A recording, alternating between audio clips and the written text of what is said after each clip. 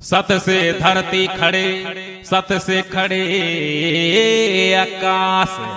अरे भाई सत से धरती खड़े, सत से खड़े आकाश। सत से सृष्टि उपजे कह गए गुरु घासीदास। अरे भाई सत से सृष्टि उपजे कह गए गुरु घासीदास। सत्य नामे के, सत्य नामे के पूजा करम जते खाम के। सत्य नामे के, सत्य नामे के पूजा करम जते खाम के। सत्य नाम के, सत्य नाम के पूजा करम जते खाम के। सत्य नाम के, सत्य नाम के पूजा करम जते खाम के। पूजा कर्म जते खाम के, पूजा कर्म जते खाम के। पूजा कर्म जते खाम के, पूजा कर्म जते खाम के। सत्य नाम के, सत्य नाम के पूजा करम जते खाम के।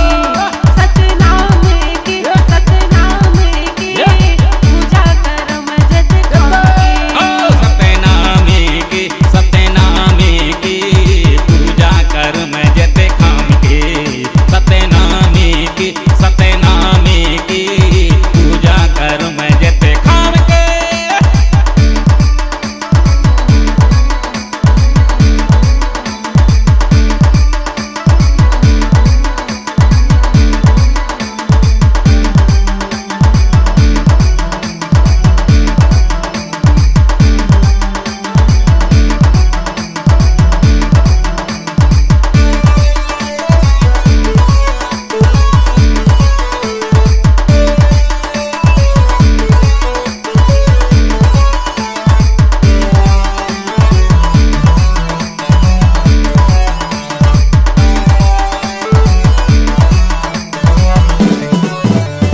सतनामे के मार्ग रत्तला धराए।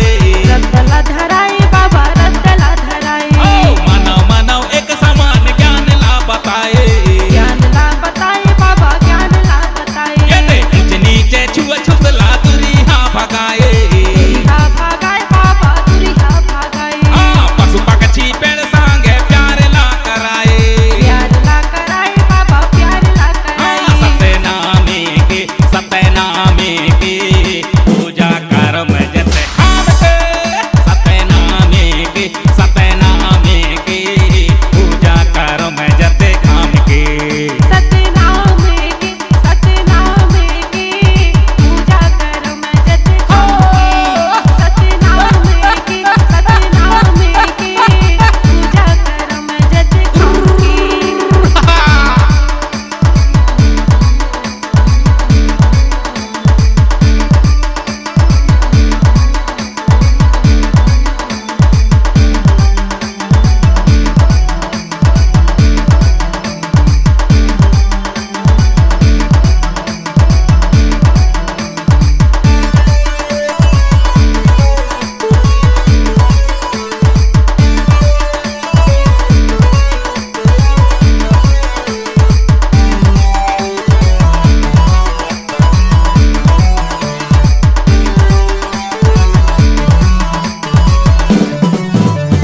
मंदिर वायु पथरा के पूजला छोड़ाए।